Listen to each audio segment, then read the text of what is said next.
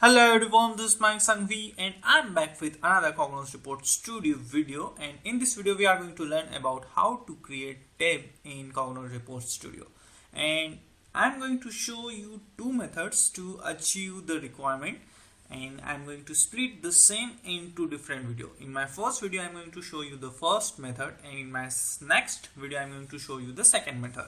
In my first method I'm going to use HTML and JavaScript, and in my next video we are going to learn about how to achieve the same requirement using drill through.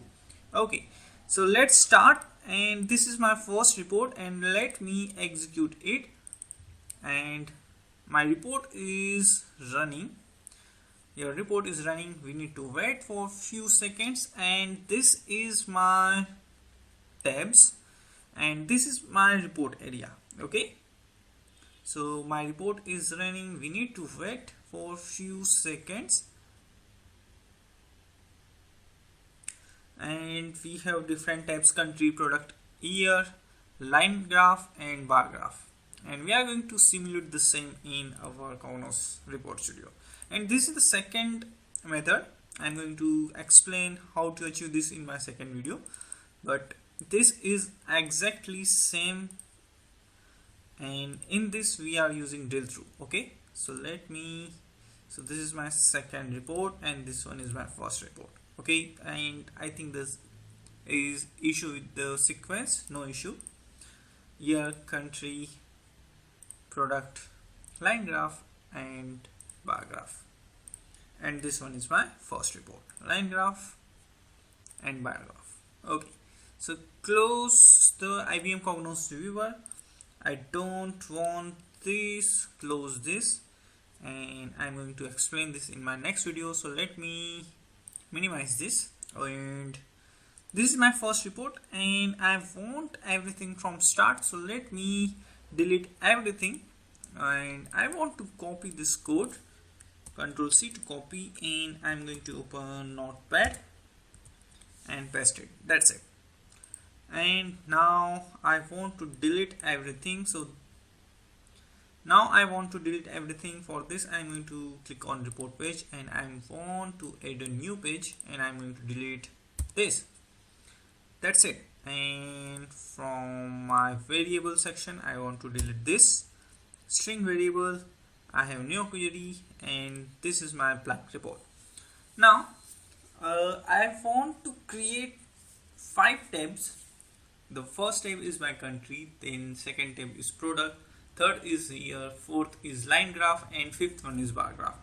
As per our requirement, whenever user clicks on country, it shows the list for country, and whenever user clicks on year or product, it is going to be display the list based on the user selection. Okay, so let me first add a table, because I want to arrange everything inside this table. So I want the number of column is 1 and number of rows is 2, and in my first row I want to add another table. So this is my another table, and this time I want the column is 5. Okay, so now my column is 5, and in my first column I'm going to add country. In the next I'm going to add product, year, line graph and bar graph. For this I'm going to use text item, and this is our country text. This is done. For this I want to add product, that's it. And in this I want to add year. In this I want to add line graph, and in my last cell I want to add bar graph.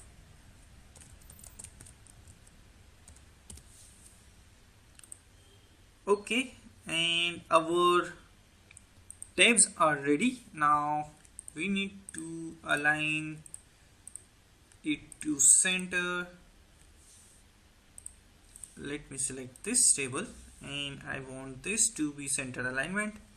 I want the font to be bold, and The next thing, we are going to create our list for all these tabs. Okay, so let me first go in my queries, and I'm going to create 5 queries. So this is my first query. Ignore the error message. This is my first query. I'm going to name it query underscore country. The next query item is our product. So let me go in the property section. I'm going to name this q underscore product. I'm going to add 3 more queries. That's it. And I'm going to name this q underscore year.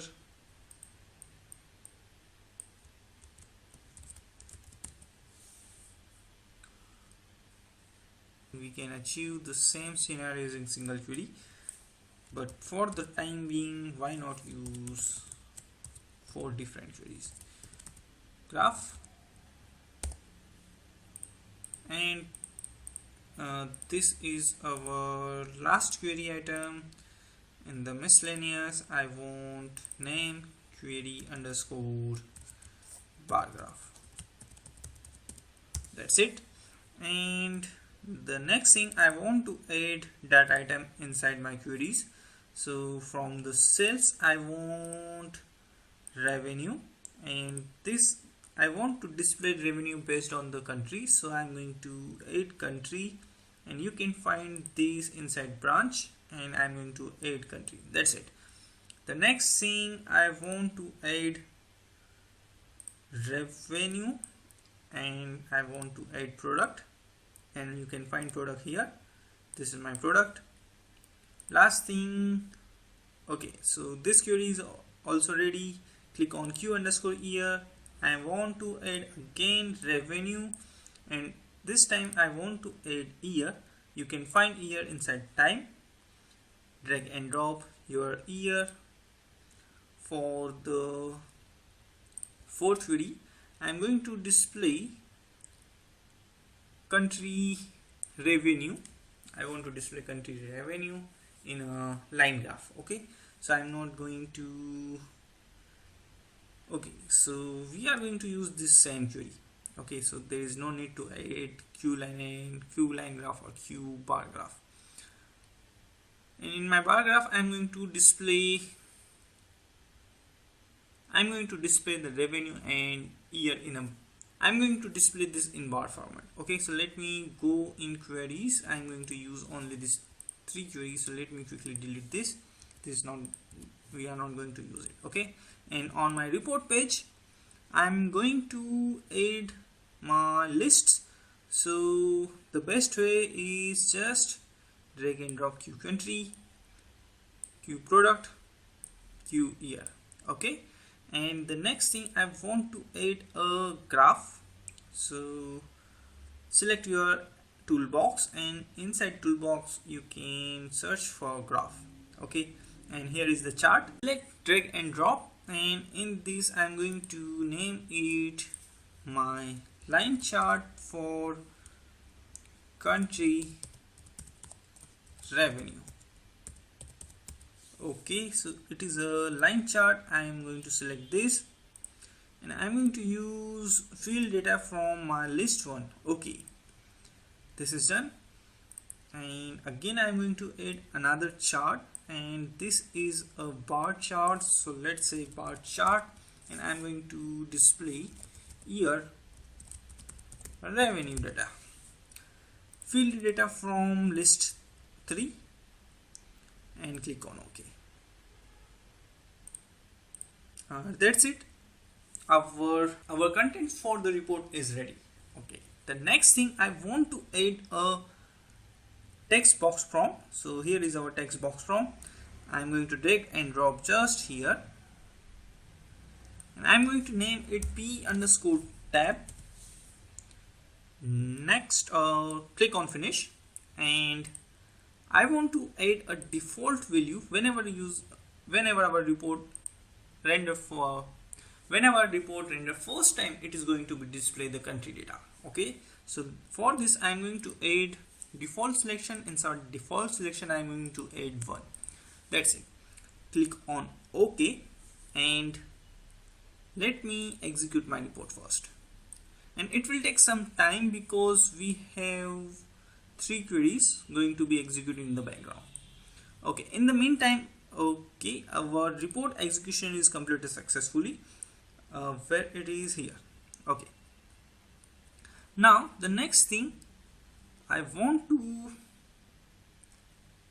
right now you are able to see everything, so I'm going to add a variable, and based on the selection in this we are going to render our report. Okay, so let me minimize this, and I'm going to add a variable inside my report studio, and here I'm going to use a string variable, and inside this we are going to display the value of our parameter p underscore tab. That's it. And finally I want to change its name to string or s underscore tab choice. Okay, and the next thing I want to add some values: 1 for country, 2 for product, 3 for year, 4 for line graph, and 5 for our bar chart.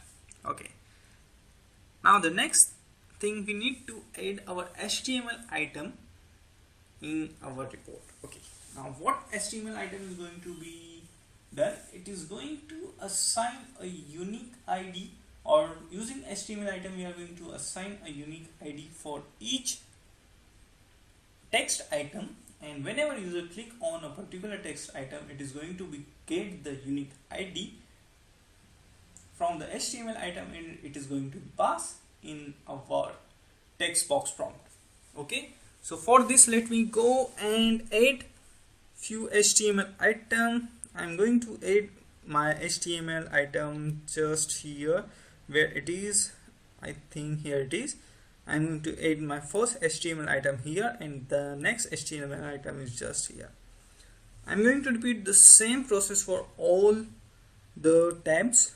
Okay, so let's say in my report I have 10 tabs, then I'm going to repeat this process 10 times. So again select HTML item, drag and drop here, HTML item, drag and drop here, HTML item, drag and drop here, HTML item, drag and drop here.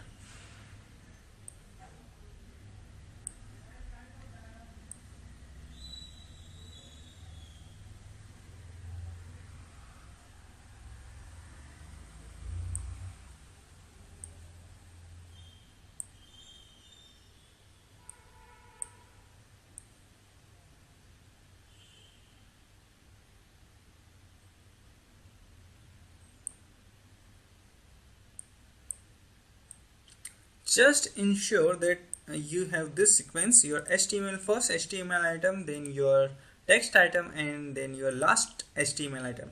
Here it is incorrect, so I'm going to just rearrange it. That's or select this and drag and drop here. That's it. Now what I want to achieve using this, let me show you, or let me run my report, or I think it is already there.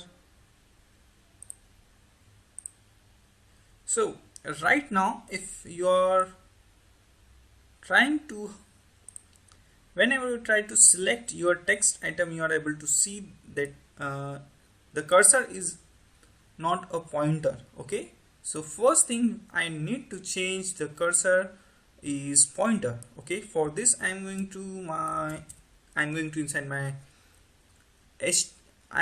inside my report studio, I'm going to edit my first HTML item, and I'm going to add a division element.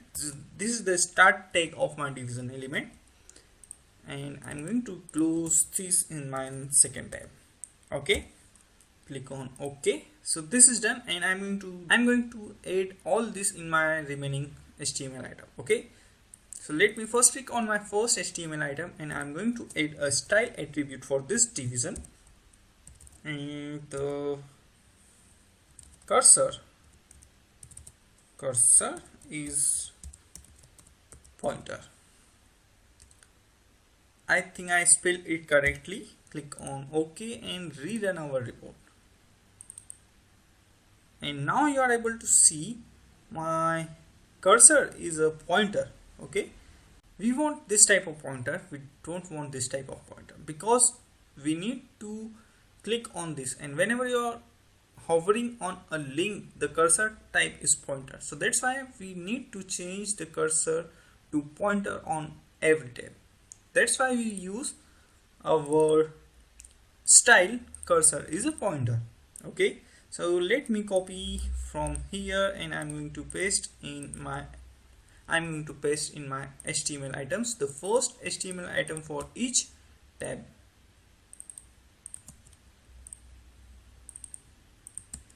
This is done, and the next thing I'm going to add the end tag for this division in my each and every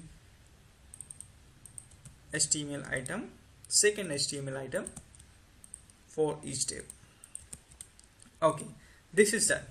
The next thing, I am going to assign a unique ID for each tab. For this, I am going to inside my HTML item, and whenever user click on this, then we are going to call a JavaScript function, and inside this JavaScript function we are going to assign a unique ID.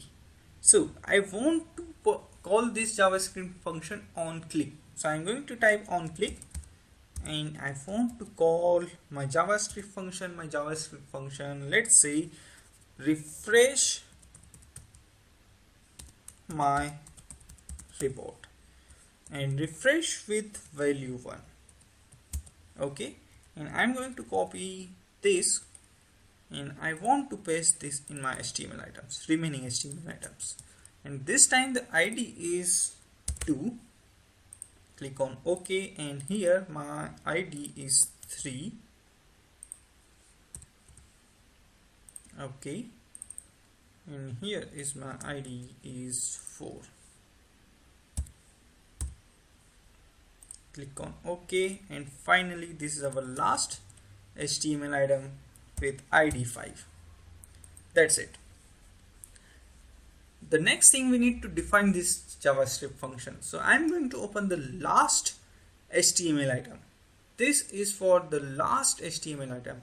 We are going to write this code in the last HTML item. I'm not going to add this code in this or this or this. We are going to add this JavaScript function only in this HTML item. So let's say you have 100 tabs, then you need to add your JavaScript function in the last available HTML item. Okay, in this scenario it is this, the bar graph, the second HTML item for bar graph. This one is the last in this row. So I'm going to double click on this, and after division element I'm going to add another area for scripts, and in this I'm going to add or define my JavaScript function. So my function is function, and this time my function name is refresh my report. Remove this, and I'm going to replace one with ID. It's a type of variable. ID is our variable, and let's see whether our JavaScript code is working fine or not. So I'm going to display ID value inside the ID. On click it is going to be display the ID. On click it is going to be display the ID for the selected or the clicked tab. Okay, click on OK, and it's time to rerun our report. And I'm going to click on country. The ID for country is 1. For product our ID is 2, year 3, 4 and 5. Okay, so our JavaScript code is working fine. Let me close this, and again I am inside my report studio, and the next thing, we need to refresh our report on click of this. So this is my code for the execution of our report. So let me quickly copy this, Control C. This is going to be execute our report or rerun our report. Okay, so this is my report studio, and on click of this, on click event, I need to refresh my report. That's it. rerun, and whenever I'm going to click on country, my report is refreshed successfully. Okay, now on click of country, I want to display this. On click on product, I want to display my list, product list. For this, let me change the value of this prompt. On clicks, we are going to change this prompt. Okay, so for this you need to modify your refresh my report function, and here is the code to access your text box prompt using JavaScript. Okay, and here is your code. Okay, now this code is code is retrieving all the available or current report items. Okay, and all the report items is inside my fw variable. Next thing, now inside this I want to access a specific prompt. Okay, and this is my prompt name. Okay, so let me copy this, and I'm going to rename my this prompt. Right now the name is not defined for this, so I'm going to define the same name. I'm going to define this name. I want to define this name, box tab prompt. Okay, so I'm going to select my text box prompt, and I want to change the name to box tab or tab prompt. This is the name. Okay, so this is constant underscore text edit box and the name of your prompt, tab. Okay, and what this code is actually, this line of code is changing the prompt value. Whenever the user click on any tab, it is going to change the value of this prompt. Okay, so let me click on OK and rerun my report. Whenever I'm going to click on country, it is going to be changed to 1. Whenever I'm going to click on product, it is 2. So country, product, it is 2. For year, it is 3. For line graph, it is 4. And for bar graph, it is 5. The last thing is remaining the render variable. Now, based on this value, I want to display this or this or this. For this, we are going to use render variable. We already created a variable as step choice which contains the value of this prompt. Okay, so whenever this contains 1, it is going to be written 1. Whenever it contains 2, it is going to be written 2. So we are going to use this to render our respective list. So select your first list. I want to use a render variable. For this, I'm going to click on this ellipse button, and from the drop down I'm going to select as step choice and this select all, and I want to render only when 1 is selected or 1 is available inside this. Okay, so click on OK, and the next same thing I'm going to repeat for my remaining list. For my product list, I want to render whenever my step choice contains 2. For year, it is 3.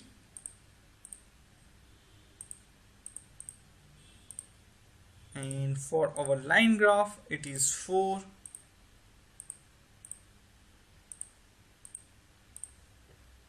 For our bar graph, it is 5.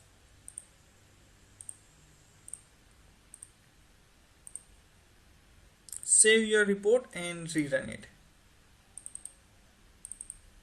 And right now you are able to see only country list. Okay, whenever I'm going to click on product, it is going to be display product list. This is going to be display year list, my line graph, and my bar graph. Okay, it will take some time. Okay, that's great. Now I need to work on the look and feel of this. So first I want to hide this. This is just for demonstration purpose, this prompt. Okay, so we need to hide this. So close the viewer, and now I am going to hide this. and you can find here visibility. I want this to be no. Okay, now your prompt is hidden but your tab is working fine. Okay, now I want to display which tab is selected. For this I am going to use style variable. For this we are going to use the same string variable which contains value 1 2 3 4. Whenever my tab choice 1, then I am going to highlight this. Whenever it contains 2, this is going to be highlighted. For this I am going to select my first cell. This is my first cell, and from the properties I am going to use style variable. Click on this ellipse button. From the drop down select your string variable and click on OK, and from the condition explorer select 1. Now you are inside the variable environment. You are able to see this green area. Then you need to click on your background color, and I'm going to change it to silver. Click on apply and OK. Double click on this green strip, and now again you are inside the report environment. Again I'm going to select my second cell, and again I'm going to change the style variable for this to tab choice. Click on OK. Again I'm going to switch back to my variable environment. This time I want to select 2, and now I want to change the background color to silver. Apply OK. Double click to exit the variable environment.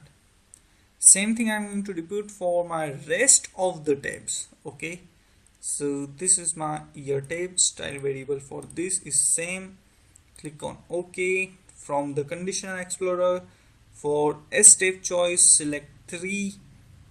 Background color is silver. Apply OK. Double click to exit. Select this. Now I want to select 4. Oh, something is wrong here. We forgot to select the style variable. So double click to exit. Select your cell. First select your style variable. Okay, and from the condition explorer double click or single click on 4, and now from the background color I want it to silver. Apply OK. Double click to exit.